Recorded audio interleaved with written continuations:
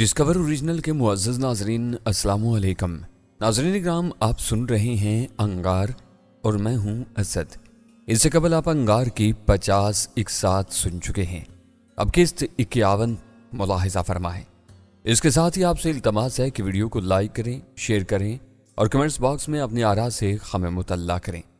आइए दास्तां का आगाज़ करते हैं। उसने तीनों औरतों को ये बात बताई तो वो तीनों भी खुश हो गईं। कुछ देर बाद हम लोग बस स्टैंड की जानिब रवाना हो गए। इन लोगों का सामान जो छोटे सूटकेसों और एक अदद बैग पर मुश्तमिल था। दोनों सूटकेस मैंने उठा लिए। कस्बे के बाजार से गुजरते वक्त कस्बे के बाशिंदे लगातार हम लोगों को घूरते रहे। ये देखकर मुझे काफ़ी इत्मीनान महसूस हुआ कि ज़्यादातर लोगों की तवज्जो का मरकज़ सिर्फ और सिर्फ अमरीन और परवीन थी। मेरी तरफ बहुत कम लोगों ने तवज्जो दी। थाने के सामने से गुजरते हुए मैंने अपनी गर्दन बिल्कुल सामने की सिम्मत रखी। मेरी पोजीशन ऐसी नहीं थी कि किसी किस्म का खतरा मोल ले सकूं। हम लोगों को फौरन ही एक वैगन में जगह मिल गई। मैंने जानबूझकर खिड़की के साथ वाली सीट पर बैठने से गुरेज किया। कुछ देर बाद वैगन डेरा गाजी खान की जानिब रवाना हो गई। वैगन ने रास्ते में कहीं स्टॉप नहीं किया और बहुत कम वक्त में शहर पहुंच गई। सफर के दौरान में अमरीन ने कई बार मुझ पर अपनी मद भरी नजरें डाली, लेकिन मैंने बराह रास्त उससे नजरें मिलाने से गुरेज किया। वैगन ने हमें डेरा गाजी खान के कहकशां सैनमा के करीब उतार दिया। अब क्या करना है सलामत साहब? मैंने पूछा। करना क्या है, बस अब मुल्तान के लिए रवाना होना है, सलामत अली ने कहा। क्यों, क्या आपने साजो सामान और साजिंदों को शाह सदर वैन में ही छोड़कर जाना है? नूरजहां ने चमक कर पूछा। ओह हाँ भाई, इन्हें भी तो साथ लेना है। तो फिर चलो शाह सदर दीन चलते हैं। हम तुम्हारे साथ कहाँ इस देहात में जाएं और फिर वापस आएं? हमारा दिमाग खराब थोड़ी हुआ है। तुम तनहा वहां जाओ, सब सामान और इन लोगों को साथ ले आओ। हम अपने मेजबान से इजाजत ले चुके हैं। हाँ अम्मा ठीक कह रही है, हम लोग अब वहां नहीं जाएंगे। अमरीन ने नूरजहां बेगम की तायद की। भाई जैसी तुम लोगों की मर्जी, लेकिन तुम लोग यहाँ ठहरोगे कहाँ? मुझे वापसी में देर भी हो सकती है। तुम उसकी फिक्र ना करो, यहाँ होटलों की कमी नहीं। अब हम अकेले तो नहीं हैं, जुल्फ़कार मियाँ भी हैं हमारे साथ। अम्मा इत्मीनान से सारे मामलात तय करके सुबह यहाँ आ जाओ, हम लोग फौरन यहाँ से रवाना हो जाएंगे। ठीक है, तुम लोग किसी होटल में ठहर जाओ, इसके बाद मैं रवाना हो जाऊंगा। होटल का इंतखाब नूरजहां बेगम ने खुद किया। इस बेहद खूबसूरत और महंगी होटल को मैंने बाहर ही सुत बेशुमार मरतबा देख रखा था। उस दिन पहली मरतबा अंदर से भी देख लिया। ये छोटे से शहर का सबसे महंगा होटल था। मुझे इसके कमरों के किराए बहुत ज्यादा महसूस हुए, लेकिन नूरजहां बेगम की पेशानी पर बल तक नहीं आया। उसने दोनों कमरों के एक और हम अपने कमरों में आ गए। ये दोनों कमरे जुड़वा थे, यानी इनके दरमियान एक मुश्तरका दरवाजा मौजूद था। इस्तकबालिया क्लर्क ने यह कमरे नूरजहां बेगम की खसूसी दरख्वास्त पर हमें अलाट किए। दोनों कमरों की सजावट और आराइश ने एक लम्हे के लिए मुझे मबहूत सा कर दिया था। पोर्टर ने हमारा सामान कमरे में पहुंचाते ही एयर कंडीशनर ऑन कर दिया। चंद ही लम्हों में तेज धूप और लो का तमाम तर अजाब कहीं दूर जा छुपा। कुछ देर बाद मैं अपने कमरे में आ गया। मैं अभी कमरे में आकर सोफे पर बैठा ही था कि परवीन वहां आंदम की। इसके हाथों में शेविंग का मुकम्मल सामान था। बाजी ने कहा कि आप शेव कर लें। कदर तजब्जुब के बाद मैंने वो सामान ले लिया। वो सामान सलामत अली की मलकियत रहा होगा। मैंने चमकदार टाइलों वाले खूबसूरत गुसलखाने के बड़े से आईने के सामने खड़े होकर शेव बनाई। इसके बाद मैं बड़े से बाथ टब में उतर गया। मैं बहुत देर तक नहाता रहा। पहनने के लिए मेरे पास फालतू कपड़े नहीं थे, लिहाजा मैंने दोबारा वही कपड़े पहन लिए। ब्लू जीन्स की पतलून पर तो भला क्या असर पड़ता, लेकिन मेरी स्याह शर्ट कदरे मैली हो रही थी। तकरीबन 1.5-2 घंटे बाद मैं दूसरे कमरे में पहुंचा तो मैंने देखा कि वो तीनों भी गुस्ल से फारिग हो चुकी थी। अमरीन का चेहरा नहाने के बाद कुछ और निकल आया था। उसने वालियाना नजरों से मुझे देखा। इससे मैंने अंदाजा लगाया कि मैं भी कोई काबिल दाद शायद नजर आ रहा हूँ। नूरजहां बेगम और परवीन की नजरों में भी मुझे अपने लिए सताइश की झलक नजर आई। अरे तुम तो वही मैली शर्ट पहने हुए हो, नूरजहां बेगम ने कहा। तो फिर क्या करूं, मेरे पास तो फिलहाल यही लिबास है। सलामत अली के कपड़े तो तुम्हें आएंगे नहीं, क्योंकि तुम माशाल्लाह उससे कम से कम 1 फुट लंबे होगे, लेकिन तुम्हारे इन कपड़ों को धुलवाया तो जा सकता है। इस होटल में यकीनन लॉन्ड्री सर्विस का इंतजाम होगा। मैंने नूरजहां बेगम के बेहद इसरार के बावजूद सिर्फ अपनी शर्ट धुलने के लिए दी। शर्ट उतारते ही मैं तीनों खवातीन की निगाहों का मरकज बनकर रह गया था। इनकी आंखों में मेरी जिस्मानी साख्त को देखकर वाज़े तौर पर सताइशी जज्बात उभर आए थे। मैं ज्यादा देर इनकी निगाहों का मुकाबला नहीं कर सका। मौका मिलते ही मैं अपने कमरे में आ गया। होटल के करीब ही अखबारात और रसाइल की बहुत बड़ी दुकान थी। मैंने एक बैरे के जरिए बहुत से अखबारात और रसाइल मंगवा लिए। मैं तमाम दिन अखबारात का मुतालिया करता रहा। बगौर मुतालिया करने के बावजूद मुझे अपने मतलब की कोई खबर नजर नहीं आई। रात का खाना हम सब ने इकट्ठे ही खाया। खाने से फारिग होते ही मैं दोबारा अपने कमरे में आ गया। इन तीनों ने मेरे इस तर्ज अमल को शर्मीलेपन पर मामूल किया। मैं रात को भी देर तक मुतालिया करता रहा। जाने किस वक्त मेरी आंख लग गई। इस रात मैंने एक बार फिर हीर को अपने ख्वाब की नगरी का मेहमान बनाया। वो मुझसे सख्त नाराज थी, लेकिन फिर मैंने किसी न किसी तरह उससे मना ही लिया। उसने अपना नाजुक हाथ मेरे हाथ में दे दिया। हम दोनों फूलों से अटी हुई सरसब्ज वादियों में अटकलियां करते रहे। थक हार कर हम एक ठंडे मीठे चश्मे के किनारे घास के किते पर बैठ गए। मैंने देखा कि हीर की आंखों में शरारत नाच रही है। उसने कहा, तुम मुझे छोड़कर चले गए थे ना, तुम्हें इस जुर्म की सजा मिलेगी और जरूर मिलेगी। सर तस्लीम खम है जो मिजाज यार में आए। मैंने शायद भरे लहजे में कहा, तो फिर तैयार हो जाओ। हीर ने शरारत से कहा। मैंने घास पर लेटकर आंखें बंद कर लीं। मुझे यूं लगा जैसे मेरे होंठों को शबनम में भीगे गुलाब ने छुआ हो। मैंने फिर भी आंखें नहीं खोली तो मुझे इस नम गुलाब का लम्स अपनी आंखों पर महसूस हुआ। मुझे अपने वजूद में लज्जत और तरावट का तूफान मौजे मारता महसूस होने लगा। मैंने फिर भी आंखें नहीं खोली तो इस दबीज गुलाब की शरारतें बाकायदा सरकशी में बदल गईं। मुझे यूं लगा जैसे मेरे वजूद में होलनाक भौचाल परवरिश पा रहा हो। नहीं, ऐसा मत करो हीर, ये सही नहीं है। मुझे मत आजमाओ। मैं बहुत कमज़ोर इंसान हूँ। मैं टूट फूट कर रेजा रेजा हो जाऊँगा। मेरी तमाम इल्तिजाएं बेसूद साबित हुई। उसकी शरारतें हद से गुजरने लगीं। बस करो, या तुम्हें क्या हो गया है? मैंने दबी दबी आवाज़ में कहा। हीर को अपने वजूद से अलहदा करने की कोशिश की। मेरे कानों में चीख की हल्की सी आवाज़ गूंजी। इसके साथ ही मैं बेदार हो गया। मैंने देखा कि मेरी हीर वाकई मेरे पहलू में मौजूद है। उसने अपनी बाहों का हार मेरी गर्दन के गिर्द हमायल कर रखा था और उसके होंठ मेरे बदन पर प्यार की मोहरें जब्त कर रहे थे। ये तुम्हें क्या हो गया है? मैंने अपने वजूद को इसके हिसार से आज़ाद कराते हुए कहा। वह हल्के से एहतजाज के साथ मुझसे दूर हट गई। ऐन उसी वक्त मेरी आंखें खुल गईं। उसे पहचानने में मुझे एक लम्हा भी नहीं लगा। वो अमरीन थी। उसने इस कदर बारीक और शफाफ लिबादा पहन रखा था कि पहली ही नज़र में उसके सरकश और पुरशबाब वजूद की तमाम तर्रानाइयाँ और रंगीनियाँ मेरी आंखों के रास्ते मेरे दिमाग पर बिजली बनकर गिरी। मुझे यूं लगा जैसे मैंने बेहद तेज शराब का जाम एक ही सांस में चढ़ा लिया है। उसके चेहरे लम्स की लज्जत अभी तक मेरे होंठों पर बाकी थी। मैंने उसके चेहरे पर नजर डाली तो मुझे उसकी झील जैसी आंखों में प्यास का सहरा नजर आया। मुझे यूं लगा जैसे उसका वजूद एक ताकतवर मकनातीस है और मेरा वजूद लोहे का हाकिर जर्रा। मैंने उसकी बेपनाह कशिश के खिलाफ मुजाहमत करते हुए कहा, ये तुम क्या कर रही हो अमरीन? तुम्हें ऐसा नहीं करना चाहिए। अब शर्म वरम को भूल जाओ ना मेरी जान, मेरे पास आओ। मैं कब से तुम्हारी राह तक रही हूँ। उसने अपनी बात खत्म करते मेरा बाजू थाम कर मेरे करीब हो जाना चाहा। नहीं, ऐसा नहीं हो सकता। तुम मुझे गलत समझी हो अमरीन। मैं इस नीयत से तुम्हारी मदद पर आमादा नहीं था। मुझे तुमसे किसी किस्म के बदले की जरूरत नहीं है। ये कोई बदला नहीं है मेरी जान। मैं तुमसे मोहब्बत करती हूँ और मेरी हर सांस पर तुम्हारा हक है। अमरीन ने उखड़ी उखड़ी सांसों के साथ कहा। मैंने अपने और उसके दरमियान मौजूद फासला बरकरार रखा। नहीं अमरीन, यह मोहब्बत नहीं है। मोहब्बत में तो हवस का शायबा तक नहीं होता। जो मोहब्बत जिस्मानी आलाइशों से आलूदा हो जाए वो मोहब्बत नहीं रहती, महज एक हैवानी अमल बनकर रह जाती है। खुदा के लिए अपने आप पर काबू पाओ। जो तुम चाहती हो वो मेरे लिए मुमकिन नहीं है।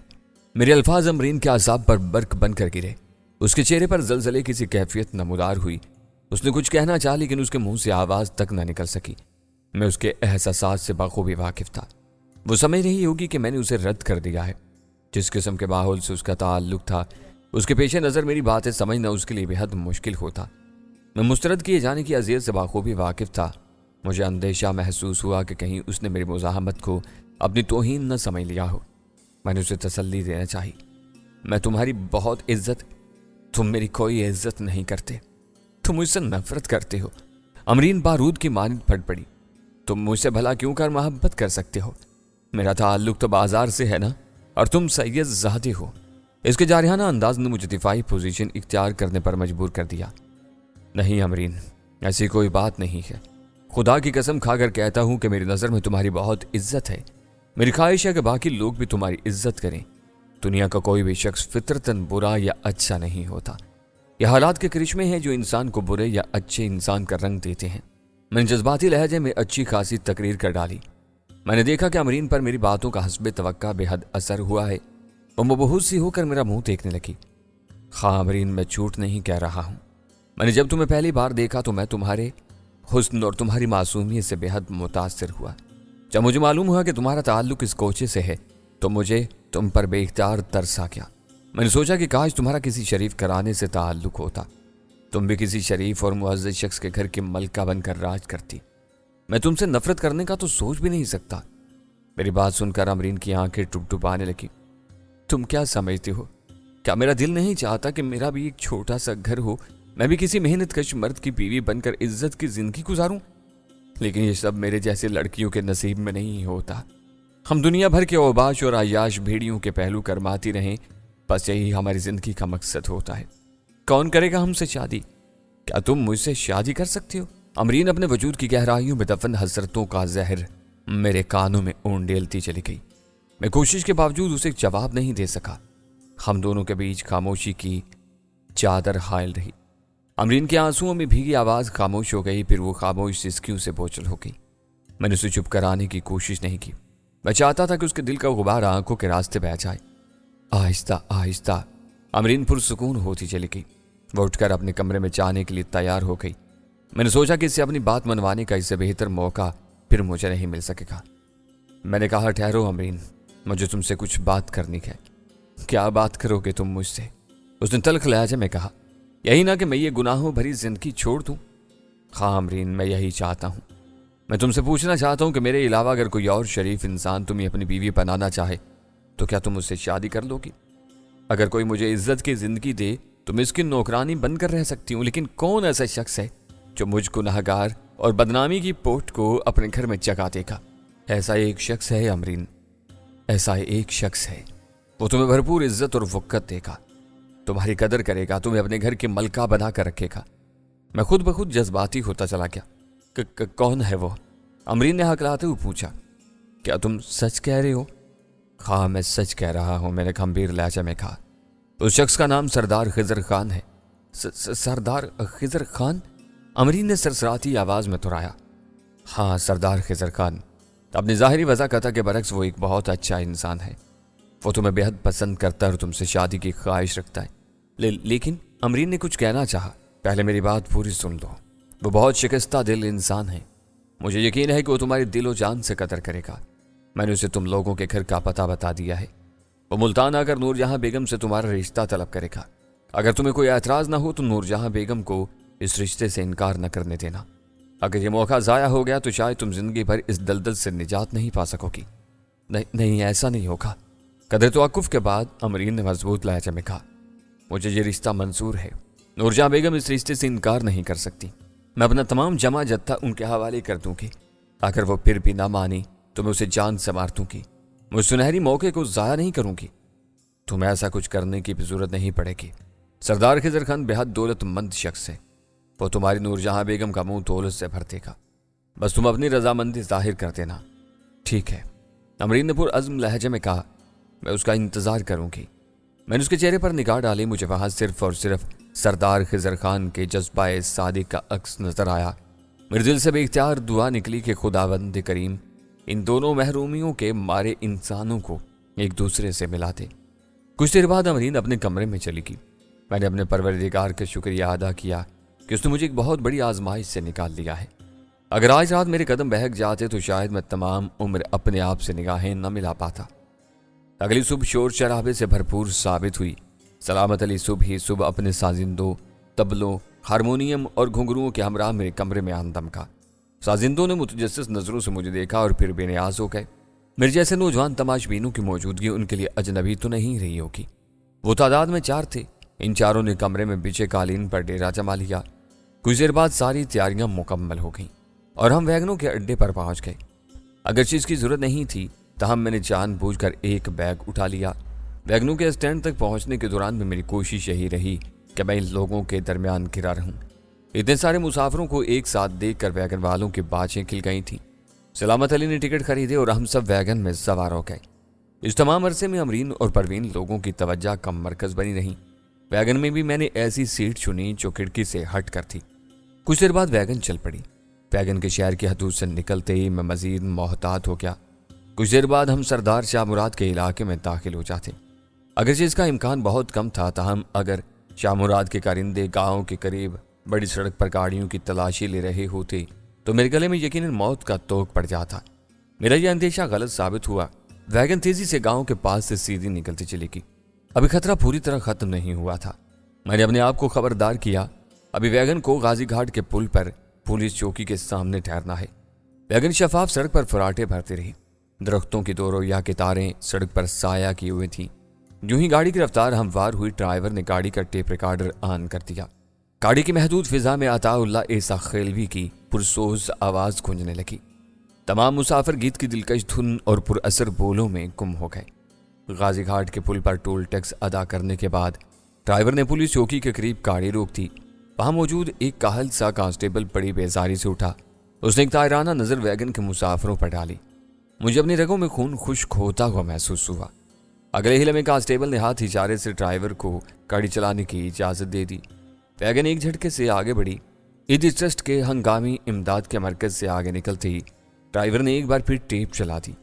गाजी घाट का खूबसूरत, मजबूत और तवील पुल चंद ही मिनटों में पीछे रह गया। दरिया सिंध के हिफाजती पुश्ते काफी दूर तक सड़क के साथ साथ चलते रहे, फिर वो भी पीछे रह गए। वैगन के जिला डेरा गाजी खान के हदूद से निकलते ही मैंने इत्मीनान का सांस लिया। अब हम जिला मुजफ्फरगढ़ में दाखिल हो चुके थे। थाना सदर मुजफ्फरगढ़ के सामने से गुजरकर हम शहर की गुंजान सड़कों पर पहुंच गए। एक दो मुसाफिरों को यहां उतारकर वैगन एक बार फिर आगे बढ़ गई। मेरी आंखें गुनूदगी के बोझ से झुकने लगी थी। मैं इस वक्त चौंका जब वैगन एक झटके से रुक गई। मैंने वैगन से बाहर के माहौल का जायजा लिया। मुझे सामने एक रेलवे क्रॉसिंग नजर आई। इस वक्त रेलवे फाटक बंद था। मैंने महज अंदाजों की मदद से इस जगह को पहचान लिया। हम इस वक्त मुल्तान के मुजाफाती कस्बे शुजाआबाद के करीब पहुंच चुके थे। मुझे मालूम था कि यहाँ बहुत बड़ा ऑयल डिपो है, जहाँ से मुल्क के बहुत बड़े हिस्से को पेट्रोल और डीजल सप्लाई किया जाता है। ट्रेन गुजरने के बाद फाटक खुल गया। वैगन एक बार फिर मुल्तान की जानिब रवा तवा हो गई। कुछ देर बाद हम ऑयल डिपो के पास से गुजरे। इस जगह बिला मुबालगा सैकड़ों की तादाद में ऑयल टैंकर मौजूद थे। टैंकरों के साथ मौजूद ड्राइवरों और क्लीनरों को देखकर मुझे बेख्तियार मीनू उस्ताद और उसका खुद सर्द शागिर्द शराफत अली याद आ गया। उस्ताद मीनू अगर मुझे सरदार शाह मुराद के हथकंडों से खबरदार नहीं करता तो मैं किसी भी वक्त बड़ी आसानी से पुलिस या शाह मुराद के कारिंदों के हत्थे चढ़ जाता। उसने मुझे मौजूदा रूप दिया था, जिसकी बदौलत मैं बासानी डेरा गाजी खान के हदूद से निकलने में कामयाब हो गया। मैंने अमरीन पर निगाह डाली। वो वैगन की फ्रंट सीट पर परवीन और नूरजहां के साथ बैठी ऊँघ रही थी। मुल्तान शहर की हदूद शुरू होते ही मैं चौकन्ना होकर बैठ गया। मैंने सलामत अली और नूरजहां बेगम पर यही जाहिर किया था कि मेरा ठिकाना मुल्तान के गुंजान आबाद इलाके अनु के छज्जे में है, जबकि दर हकीकत मेरी मुल्तान शहर के बारे में तमाम तर मालूमात सिर्फ और सिर्फ सुनी सुनाई बातों पर मुश्तमिल थी। मुझे जिंदगी ने कभी इतनी मोहलत नहीं दी थी कि मैं किसी दूसरे शहर घूमने फिरने जाता। अगर सलामत अली या नूरजहां बेगम मुल्तान के शहर के इलाकों के हवाले से गुफ्तगू शुरू कर देते तो मैं सख्त उलझन में फंस जाता। मैंने अपने दिल में सोचा कि जिस कदर जल्द मुमकिन हो सके इन लोगों से अलहदा हो जाऊं। मेरा असल मकसद तो पूरा ही हो चुका है। मैं बाहिफाजत मुल्तान पहुंच चुका हूं। थोड़ी बहुत कोशिश करके बाद में अपने मतलूबा शख्स का पता भी चला ही लूंगा। इसके बाद तो सिर्फ इसका खात्मा ही बाकी रह जाता है। मैं मुनासिब मौका देखते ही अपने वालतर का मैगजीन इस पर हल्का कर देता। इसके बाद वकील बाबा आज़ाद हो जाएगा और मैं अपने वजूद की तमाम तर जहरनाकियों के साथ एक बार फिर बरकत अली की हवेली पर कयामत बनकर टूटूंगा। इस बार कोई मजबूरी, कोई कमजोरी मेरा रास्ता नहीं रोक सकेगी। इस बार वो बदबख्त औरत मेरे इंतकाम के शोलों से बच नहीं सकेगी। वैगन को एक झटका सा लगा। मैंने वैगन से बाहर नजर डाली। मैंने अपने अंदाजे की मदद से वो जगह पहचान ली। वो कासिम आबाद था। इस जगह 3-4 मुसाफिर उतर गए। मेरे सामने वाली सीट खाली हुई तो मैं इस पर जा बैठा। अब फ्रंट सीट बिल्कुल मेरे सामने थी। मैंने नूरजहां बेगम को मुखातिब किया। मैं अजीज होटल के स्टॉप पर उतर जाऊंगा, आप लोग आगे चले जाना। नहीं नहीं, यह कैसे मुमकिन है? नूरजहां बेगम ने बुलंद आवाज में कहा। मियाँ, हम तुम्हें ऐसे नहीं जाने देंगे। भाई ऐसे भी क्या बेमुरव्वती? मेरी बात समझने की कोशिश करें। मैंने कमजोर लहजा में वजाहत करना चाही। एन उसी वक्त दोनों लड़कियां बीच में बोल पड़ी। हाँ नूरजहां बीबी सही कह रही हैं, आपको हमारे घर तक चलना होगा। मैंने मुजाहमत करना चाहिए लेकिन नाकाम रहा। मुझे उनकी बात मानना पड़ी।